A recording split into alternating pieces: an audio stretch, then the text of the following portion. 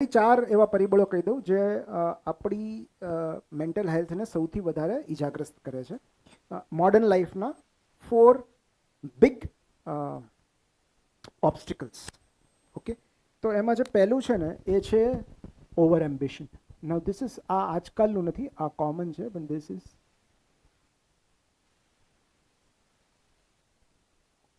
Over ambition. મતલબ કે અવાસ્તવિક અપેક્ષાઓ જાત પાસેથી અને જગત પાસેથી, અનરિયલિસ્ટિક એક્સપેક્ટેશન્સ. મતલબ 1 વર્ષમાં આટલા રિટર્ન્સ મળવા જોઈએ, એ શક્ય નથી. 1 વર્ષમાં થઈ જવું જોઈએ, 6 મહિનામાં થઈ જવું જોઈએ, એ શક્ય નથી. મતલબ આપણે જે નક્કી કર્યું હોય એ થવું જ જોઈએ અને આપણે નિર્ધારિત સમયમાં જ થવું જોઈએ.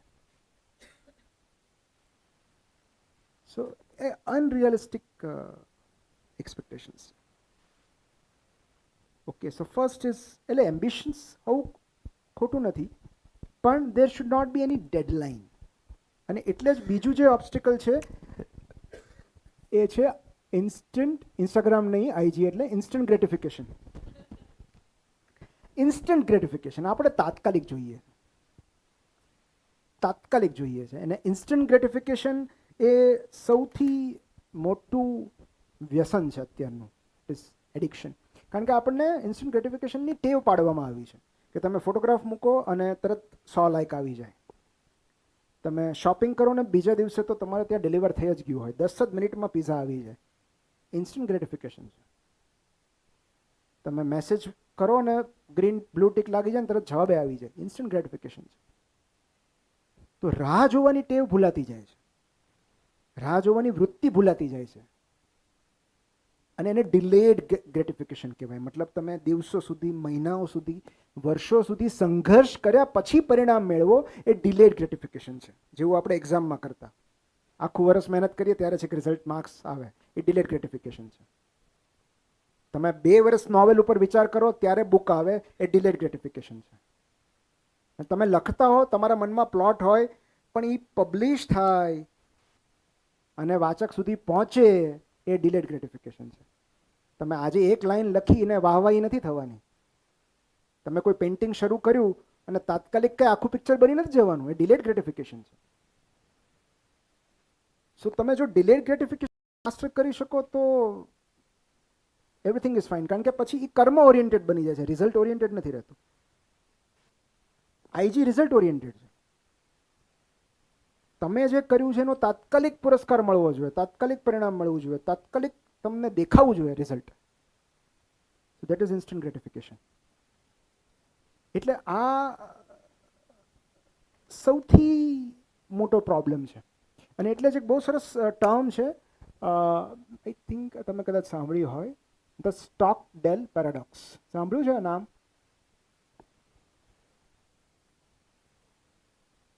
આ સમજવા જેવું છે, Stockdale paradox. This is very important. જેમ સ્ટોકડેલ કરીને એક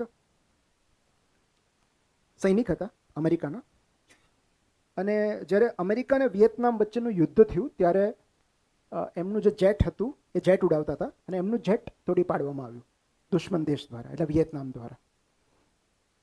અને એમણે એમની ફ્લાઇટમાંથી ઇજેક્ટ કરવું પડ્યું, જે અભિનંદનને કરવું પડ્યું હતું સેમ વે. અને જેવું એમણે ઇજેક્ટ કર્યું, પેરાશૂટ ખોલ્યું, એમને ખબર પડી કે હું દુશ્મન દેશની છાવણીમાં પ્રવેશી રહ્યો છું. રાઈટ? તમે વિચાર કરો કે કોઈએ તમારું જેટ તોડી પાડ્યું છે, તમે ઇજેક્ટ કર્યું છે, તમે પેરાશૂટ ખોલ્યું, તમે નીચે આવો છો, એ 10 સેકન્ડ 15 સેકન્ડનો જે ગાળો છે દરમિયાન તમને ખબર છે કે હવે હું એનિમીઝ દ્વારા કેપ્ચર થવાનો છું. પછી કેવું વર્તન થશે એની તમે કલ્પના કરી શકો છો. ઓકે, અભિનંદન વોઝ લકી કે બહુ જ ટૂંકા સમયમાં ભારત પાછા આવી ગયા.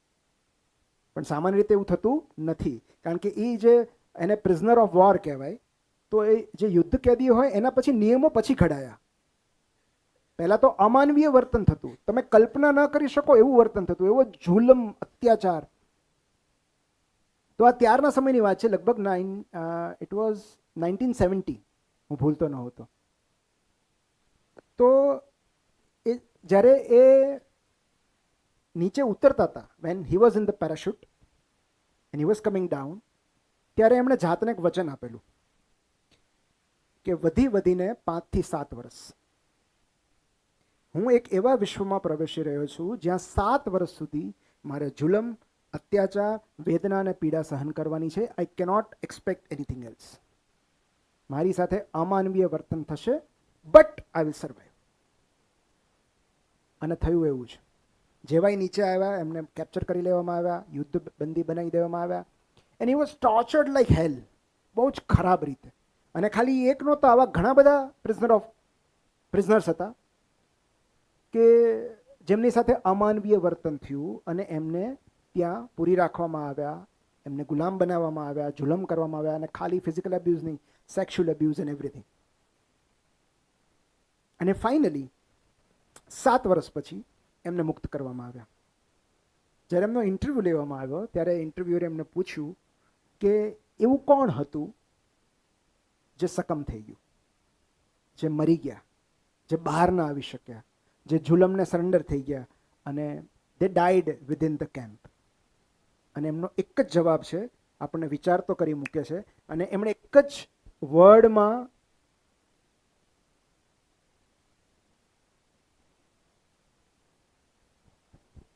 ધ ઓપ્ટિમિસ્ટ, આશાવાદી જે હતા ને બધા મરી ગયા. કારણ કે એમણે ડેડલાઇન રાખી હતી કે આ ક્રિસમસે બહાર નીકળી જશું, નેક્સ્ટ ઈસ્ટર આવશે એ પહેલાં તો છોડી જ દેશે. સો દે વર હોપફુલ, દે વર ઓપ્ટિમિસ્ટિક કે હવે તો છૂટવા જ જોઈએ, હવે તો છૂટવા જ જોઈએ. અને પ્રશ્ન પછી રાખીએ આપણે, તમે લખી રાખો, આપણે છેલ્લે રાખ. તો જેમ જેમ એ સમય નજીક આવતો જાય, કારણ કે એમણે એવું વિચારી લીધેલું કે આ ક્રિસમસ ઉપર તો આપણને છોડી જ દેશે. ક્રિસમસ આવે, ક્રિસમસ જાય. આ સમરમાં તો આપણને છોડી જ દેશે, સમર આવે, સમર જાય, બીજું ક્રિસમસ આવે. અત્યાચાર તો ચાલુ જ હોય.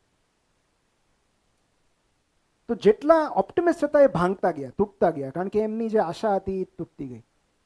અને ઇન્ટરવ્યુ પૂછ્યું કે તમે કઈ રીતે ડિફરન્ટ હતા, તો કે મેં મારી જાતને કોઈ ટાઈમલાઈન નહોતી આપી. મને અંતમાં શ્રદ્ધા હતી કે હું છેલ્લે જીવતો બહાર નીકળીશ. સમય કેટલો થાય મને પરવા નથી. સો મેં મારી જાતને કોઈ ટાઈમલાઈનમાં બાંધી નહોતી, બટ મને અંતમાં ભરોસો હતો that everything will be fine at the end. તો આ this is the thing જે આપણને હેરાન કરે છે કે ઓપ્ટિમિઝમ, કારણ વગરનું ઓપ્ટિમિઝમ, એને ટોક્સિક પોઝિટિવિટી કહેવાય. કે આપણે ડેડલાઇન રાખી છે કે આટલા મહિનામાં આટલું થવું જ જોઈએ. So you work, you be ambitious, but there should be no timeline. 5 વર્ષે લાગે, 7 વર્ષે લાગે, 10 વર્ષે લાગે, અને ધાર્યા કરતાં હંમેશા વધારે જ સમય લાગે છે ઓલવેઝ. જે લોકો ઇન્ફર્ટિલિટી માટે ટ્રીટમેન્ટ લેતા હોય ને કપલને પૂછજો, એ લોકો એમ માન્યું હોય કે 3 સાયકલમાં તો થઈ જ જશે કન્સીવ, ક્યારેક 7 સાયકલે લાગે. જે વિઝા માટે અપ્લાય કરતા હોય એમને પૂછો. જે કોઈ એવા સાયન્ટિસ્ટ હોય જે ડ્રગ અપ્રુવલ માટે પ્રયત્ન કરતા હોય કે ભાઈ માર્કેટમાં ડ્રગ આવે, ધાર્યા કરતાં વધારે સમય લાગે છે ઓલવેઝ. સો આપણી કોઈ ડેડલાઇન એમાં કામ નથી આવતી, એમાં યુનિવર્સની ડેડલાઇન અલગ જ હોય છે. સો બેસ્ટ એ છે કે ડેડલાઇનમાં શું કામ બાંધવું છે. There should be no instant gratification. I will keep working till I achieve the result. Okay, એક બહુ સરસ વાર્તા છે કે એક ગામમાં એક ફકીર હતો. અને એ ફકીર એટલા માટે ખાસ હતો કારણ કે ફકીર જ્યારે જ્યારે નૃત્ય કરે ને, ડાન્સ કરે ને, ત્યારે વરસાદ આવે ગામમાં. અને ગામના લોકો એનાથી બહુ પ્રભાવિત થયેલા. તો જ્યારે જ્યારે ગામમાં ચોમાસું લંબાય, વરસાદ ન આવે, દુષ્કાળ જેવું લાગે, ત્યારે લોકો ફકીરને બોલાવે. ફકીર નૃત્ય કરે, ડાન્સ કરે ને વરસાદ આવે. બધાને બહુ નવાઈ લાગતી, પણ દર વખતે આવું જ થતું. અને ત્યારે એ ગામ ધીરે ધીરે પ્રગતિ કરતું ગયું. એમાંથી કેટલાક લોકો બહાર ભણવા ગયા, બહાર ભણી ને જ્યારે ગ્રેજ્યુએટ થઈને પાછા આવ્યા ત્યારે એમણે આનો વિરોધ કર્યો કે ભાઈ અમે આટલું બધું શિક્ષણ લઈને આવ્યા છીએ અને હજી તમે આ જ માન્યતાને અનુસરો છો, હજી તમે આ અંધશ્રદ્ધામાંથી બહાર નથી આવ્યા. તો ગામના લોકો કે પણ થાય છે તો એવું જ, એટલે આપણે માનીએ છીએ. તો કે જો ફકીરના નૃત્ય કરવાથી વરસાદ આવતો હોય તો અમારા નૃત્ય કરવાથી પણ વરસાદ આવવો જોઈએ. આની પાછળ કોઈ સાયન્સ જ નથી, બરાબર? તો કે ગોઠવો કોમ્પિટિશન. વરસાદ નથી આવ્યો ને આ વર્ષે, જોઈએ તો એ 3-4 જે યુવાનો હતા જેવું ક્લેમ કરતા હતા કે ફકીરના નૃત્ય કરવાથી વરસાદ નહીં આવે, એમને સ્ટેજ પર બોલાવવામાં આવ્યા અને એમણે નૃત્ય શરૂ કર્યું.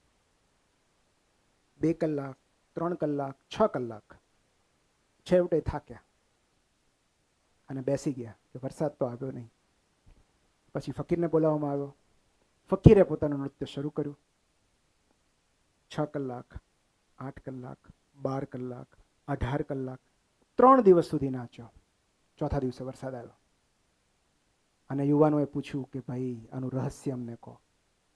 અને ત્યારે ફકીરે જવાબ આપ્યો કે ફરક એટલો જ છે કે તમે વરસાદ આવે એ માટે ડાન્સ કરતા હતા, હું વરસાદ આવે ત્યાં સુધી ડાન્સ કરતો હતો.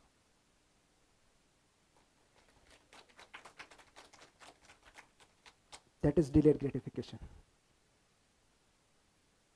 લક્ષ્ય પ્રાપ્ત ન થાય ત્યાં સુધી મંડ્યા રહો. લક્ષ્ય ક્યારે પ્રાપ્ત થશે ખબર નથી, બટ કીપ વર્કિંગ. સો એ કર્મ ઓરિએન્ટેડ છે, રિઝલ્ટ ઓરિએન્ટેડ નથી. એટલે જ મેં કીધું કે ડોન્ટ એક્સપેક્ટ ક્યારે મળશે, પણ મળશે ક્યારેક. મળે તોય ઠીક છે, ન મળે તોય તમને કર્મમાં મજા આવે કે નહીં, are you enjoying the process or not, એ પૂછો ને. That is the main thing. So delayed gratification, એટલે આ બેમાં જ આપણે હારી જઈએ છીએ. Third is comparison. Now comparison is the thief of joy. Okay, આ સૌથી મોટું દૂષણ છે. પ્રોબ્લેમ એ છે કે નોઈંગલી ઓર અનનોઈંગલી વી કોન્સ્ટન્ટલી કમ્પેર અવર સેલ્વ્સ. પહેલાં ખાલી કાકા મામાના છોકરા સાથે થતું કે પડોશી સાથે થતું, હવે તો આખું જગત, ઇન્સ્ટા ખોલો ને બધા કોમ્પિટિટર્સ છે.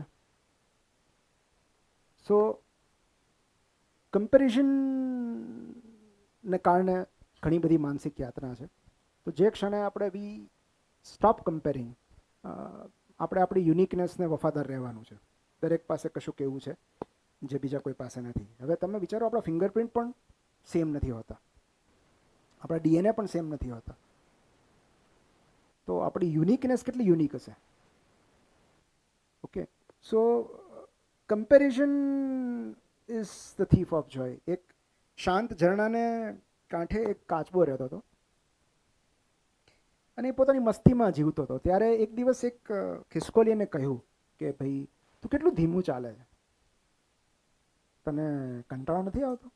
હું તો તને ઝાડ પર ચડી જાઉં છું, તું તો હજી અહીંથી એટલું માંડ ચાલી શકે છે. કાચબાએ કાંઈ જવાબ ન આપ્યો.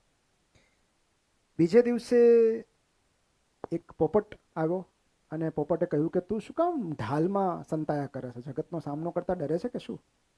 કેમ ઢાલમાં સતત સંતાયા કરે છે? કાચબાએ કાંઈ જવાબ ન આપ્યો.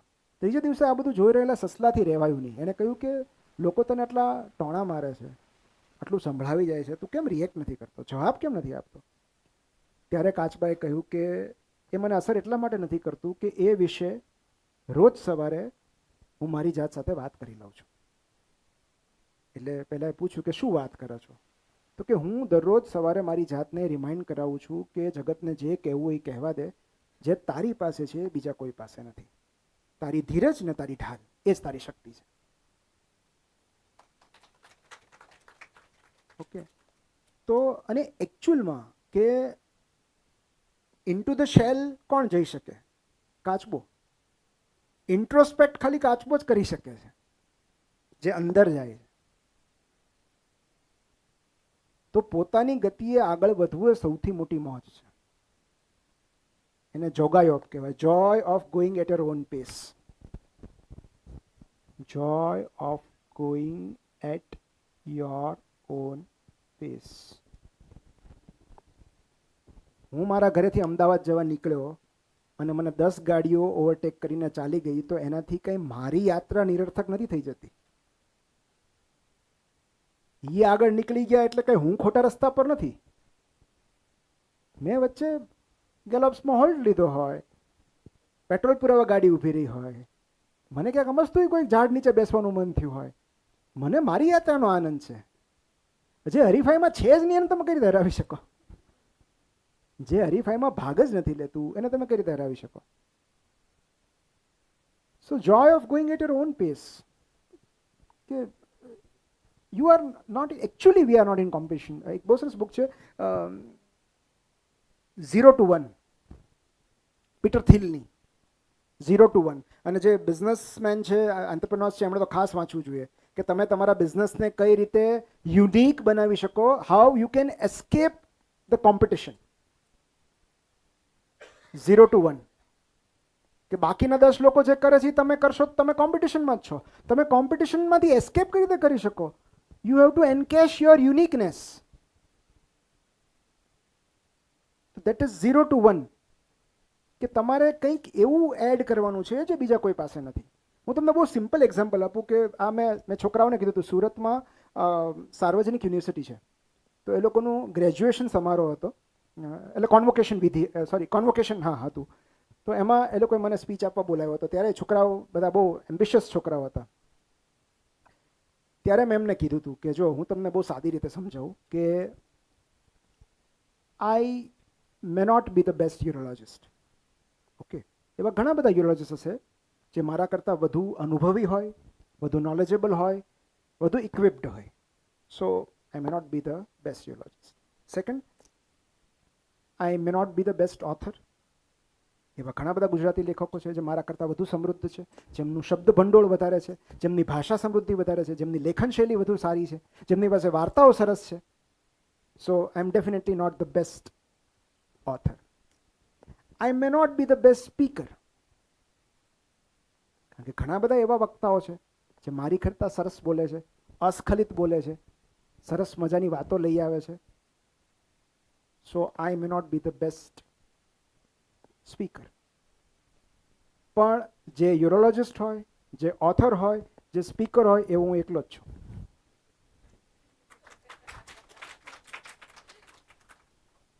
So you have to find out the best combination that works for you.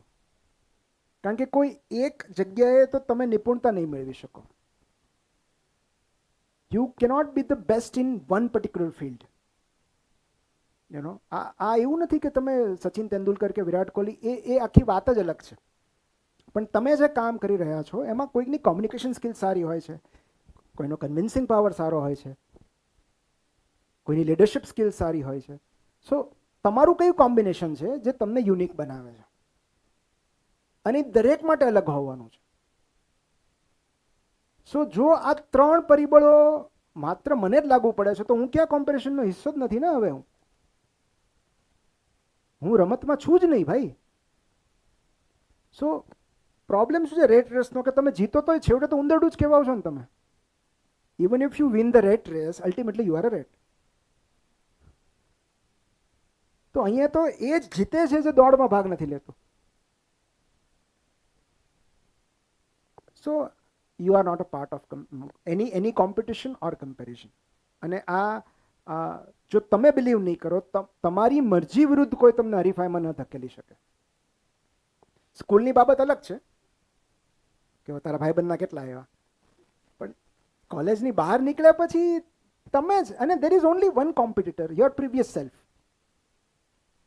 તમે તમારી ભૂતપૂર્વ જાત કરતાં કેટલા આગળ નીકળ્યા છો એ એક જ વસ્તુ છે. અને ચોથી જે છે એ છે ઇન્ફોર્મેશન. આ બહુ ડેન્જરસ છે યાર, જે હમણાં જ મેં વાત કરી.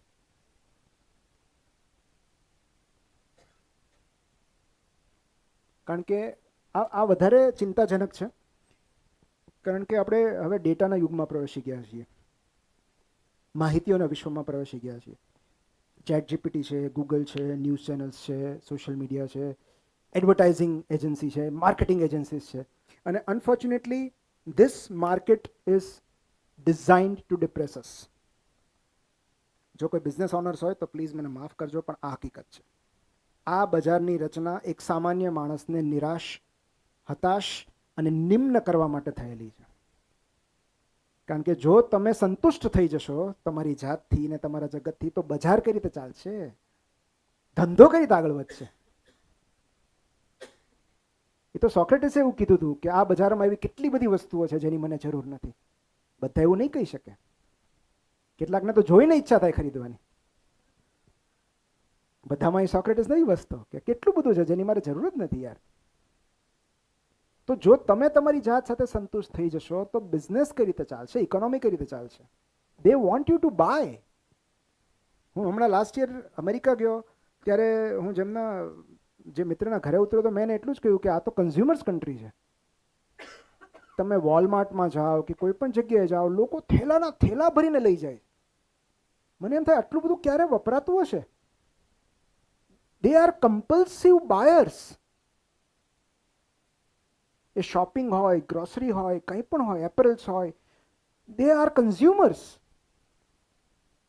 તો આ જો માર્કેટિંગ નથી, જો બજાર જ નથી, તો કેટલી શાંતિ છે. પણ બજારની રચના એટલા માટે કરવામાં આવી છે કે તમે ખરીદો, અને તમને ખરીદવા માટે તમે અસંતુષ્ટ છો, તમે અપૂર્ણ છો એવું સતત બતાવ્યા કરવું પડશે.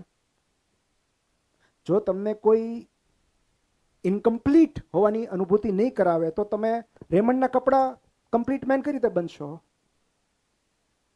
તમે રેમન્ડનો સૂટ પહેરશો તો જ કમ્પ્લીટ મેન કહેવાશો ને. જો તમારું લવ અફેર મતલબ લવ ફેલિયર છે, કોઈ સ્ત્રી મિત્ર તમારી નજીક નથી આવતું, તો તમે ફોગનું પરફ્યુમ નહીં વાપરો તો ક્યાંથી કોઈ નજીક આવશે?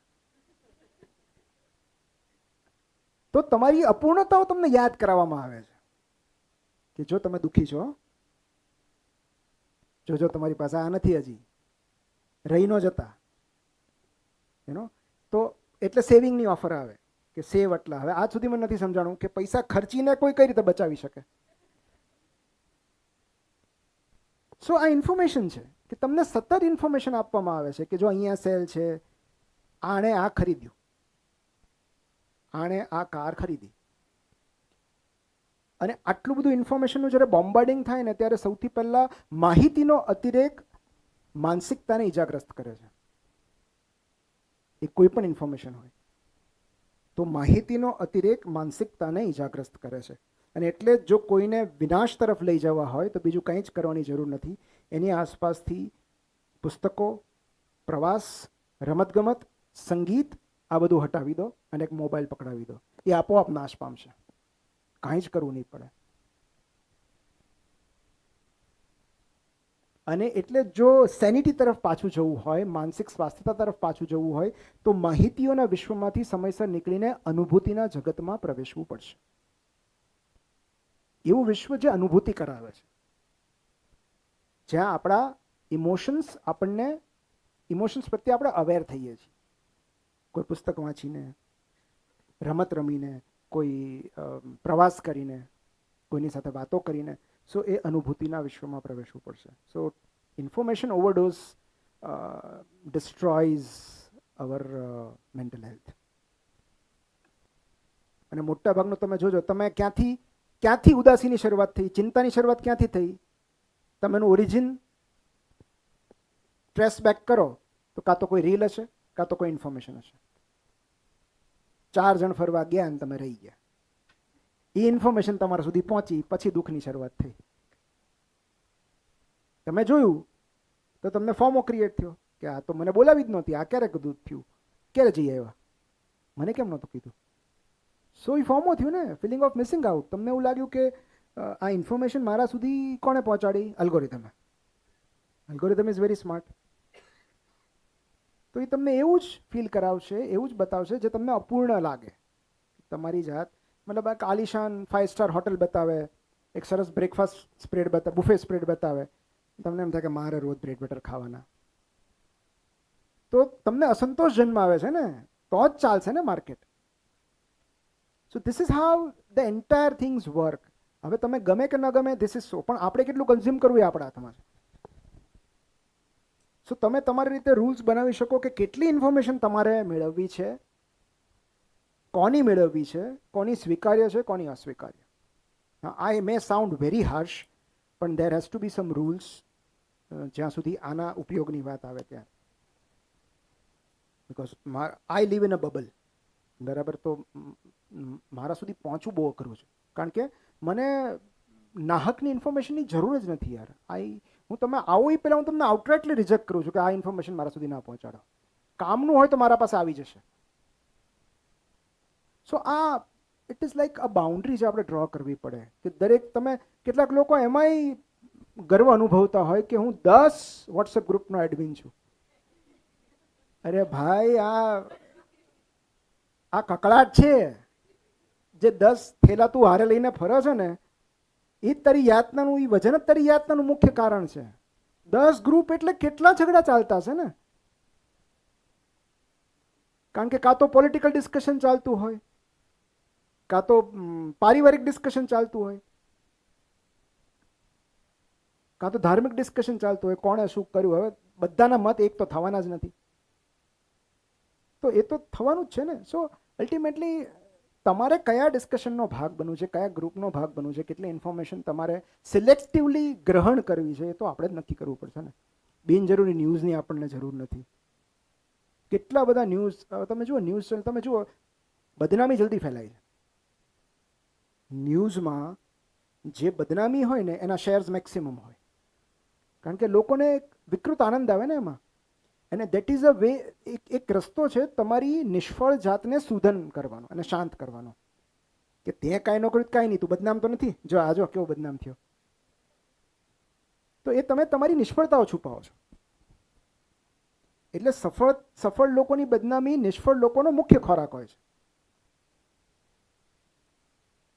તો એ ઇન્ફોર્મેશન સપોઝ તમારા સુધી ન પહોંચે તો એમાં તમે શું ગુમાવ્યું? બરાબર. સપોઝ કોઈ જગ્યાએ કંઈક બબાલ થઈ, કંઈ ઝઘડો થયો, હવે કોઈ રાજકોટમાં કંઈક પ્રોબ્લેમ થયો, એ હું ભાવનગરમાં એ ન્યૂઝ સાંભળીને મને શું મળવાનું છે? ન તો એ ન્યૂઝ ગ્રહણ કરવાથી હું બદલાવાનો છું, ન તો રાજકોટ બદલાવાનું છે. તો એ ન્યૂઝ મારે શું કામ કન્ઝ્યુમ કરવા જોઈએ? સિમ્પલ છે ને. સો એવું કહેવાય છે, એક વિધાન છે કે if you don't read newspapers, you are uninformed. If you read newspapers, you are misinformed. કારણ કે એ તો એમણે બતાવેલું સત્ય છે ને, તમને ક્યાં ખબર છે? Everything you see is a perspective. Everything you hear is an opinion. તમે જે કાંઈ દ્રશ્ય જુઓ છો, અલ્ટિમેટલી એ કોઈકનો દ્રષ્ટિકોણ છે ને. તમે જે સાંભળો છો કોઈકનો અભિપ્રાય છે. તો એને કેટલું એક્સેપ્ટ કરવું, કેટલું રિજેક્ટ કરવું એ તમારા હાથમાં છે. So information is like double edged sword. માહિતીનો અતિરેક સૌથી વધારે આપણું માનસિક સ્વાસ્થ્ય બગાડે છે. સો એ જે સ્ક્રીન ટાઈમ છે કે જે બી કન્ઝમ્પશન ટાઈમ છે એ આપણે મિનિમાઇઝ કરવો જોઈએ. ખાસ કરીને જો એવા રીલ જોયા પછી તમને એવું લાગે કે આનાથી મને મારી અંદર ચિંતાની લાગણી જન્મી છે, બરાબર, તોય હવે ઇન્સ્ટાગ્રામ એટલું સુધી છે કેટલીક ઇમેજ બ્લર કરી નાખે છે. આપણને પહેલાં વોર્નિંગ આપે છે કે આ દ્રશ્યો તમને વિચલિત કરી શકે છે, તમારામાં હિંમત હોય તો જ જુઓ. પણ કેટલાક એવા દ્રશ્યો હોય છે જે વોર્નિંગ વગર આવે છે ને વિચલિત કરી જાય છે. કોકે નવી સાડીમાં સરસ મજાના ફિલ્ટર સાથે ફોટો મૂક્યો, એ દ્રશ્ય તમને વિચલિત કરી ગયું છે, બરાબર. પછી કારણ કે તમે તરત અરીસામાં જોશો. સો કોઈએ ઇન્વાઇટ નથી કર્યા તોય તમે પહોંચી ગયા. સો તમે ફ્રેન્ડ્સ હોઈ શકો, તમે એને ફોલો કરી શકો, તેમ છતાં there is an option in Facebook, take a break, જેમાં બ્લોક નથી કરવાના, અનફોલો નથી કરવાના, ટેક અ બ્રેક. બહુ સરસ છે. બ્રેક લો મતલબ કે એની ફીડ તમને નહીં બતાવે, તમારી ફીડ એની છૂટા પડી ગયા. અને ઇન્સ્ટામાં સરસ ઓપ્શન છે નોટ ઇન્ટરેસ્ટેડ. મને બતાવતા જ નહીં આ પ્રકારનું. હું જેમાં ઇન્ટરેસ્ટ છું એ જ મને ફીડ બતાવો. તો તમને જો વાઇલ્ડ લાઈફમાં ઇન્ટરેસ્ટ હોય તો તમને વાઇલ્ડ લાઈફની ફીડ આવશે. તો તમારી ફીડ તો તમે કંટ્રોલ કરી શકો ને, એટલી તો સ્વાતંત્ર્ય આપ્યું છે ઇન્સ્ટાગ્રામે.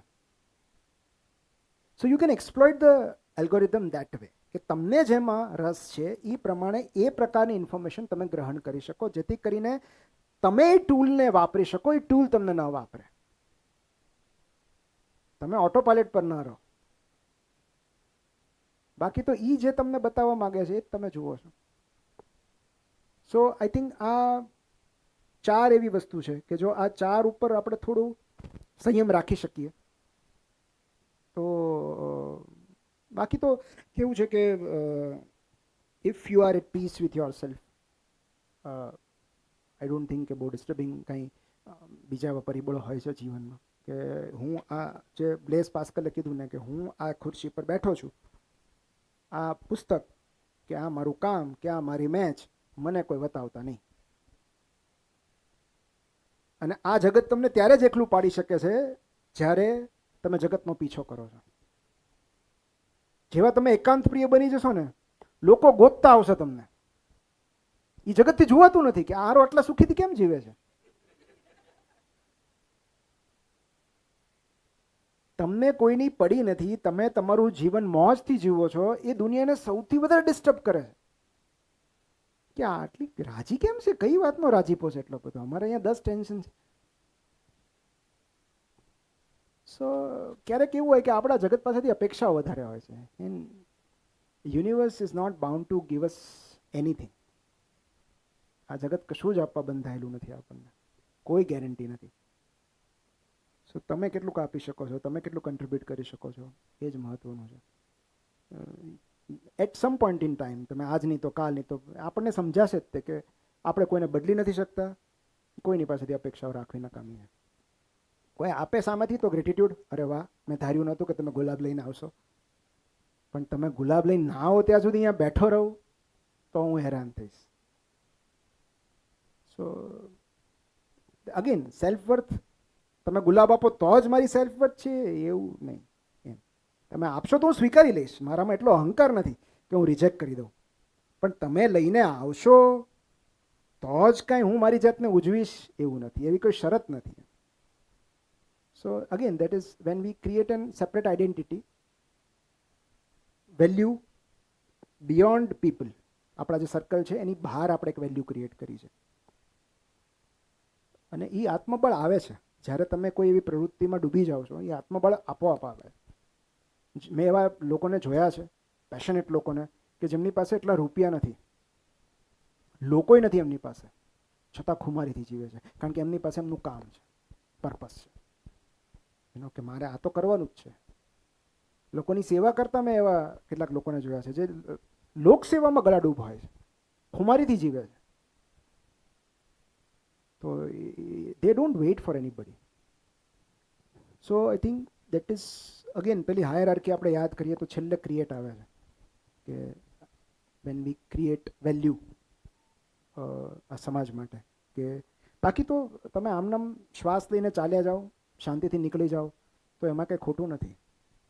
એક શાંત જીવન જીવવું એ સૌથી મોટી સફળતા છે.